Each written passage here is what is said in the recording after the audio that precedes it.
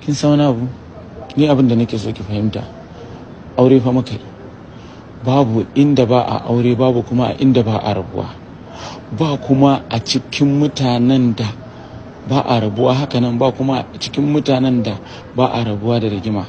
In mutane so suke sai sun san me haɗa ni da ke, to ni na bashi a ban sani ba, ke ma ki bashi a baki sani ba, saboda babu wanda muka yi shawara da shi lokacin da za mu yi aure, lokacin da wata matsala ta raba mu, babu wanda muka yi shawara da shi. Haka Allah ya tsara, haka Allah ya hukunta.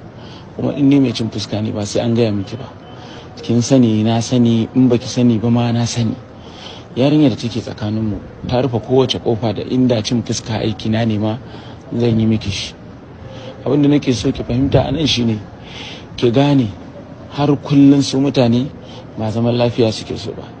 Tunda har ba zaman lafiya suke so ba, to mu wa kanmu kokarin haifarwa da kanmu zaman lafiya. Kin ji ina magana a social media? Ba na yi, ba dalili ba ne in tafi in dinga yi, saboda babu wanda ya jarraba mun rayuwa ko ya tsara rayuwa, ba wanda ya isa in gaya wa cikina. Dan Allah dan Annabi ki haƙuri, ni ba da ke nake ba. Waka kuma da muka yi, kin fi kowa sanin wannan waƙar, kin fi kowa sanin wannan waƙar. Mun daɗe da ni da ke muna yawo da ita a cikin mota, kina ji, har tambaya ta yake akan ta, in ce miki a kaza kaza kaza kaza. Allah bai yi za a sake ta ba, ban san kuma DJ yana da ita ba, kawai ya buga mun ba yadda zan yi. A taron mutane zan tashin kama faɗa ne? Ni ba zan taɓa yi miki mugun fata ba, ban taɓa yi wani ba. Kamar yadda na san ina son in ga mai kyau, haka nake son kowa ya ga mai kyau.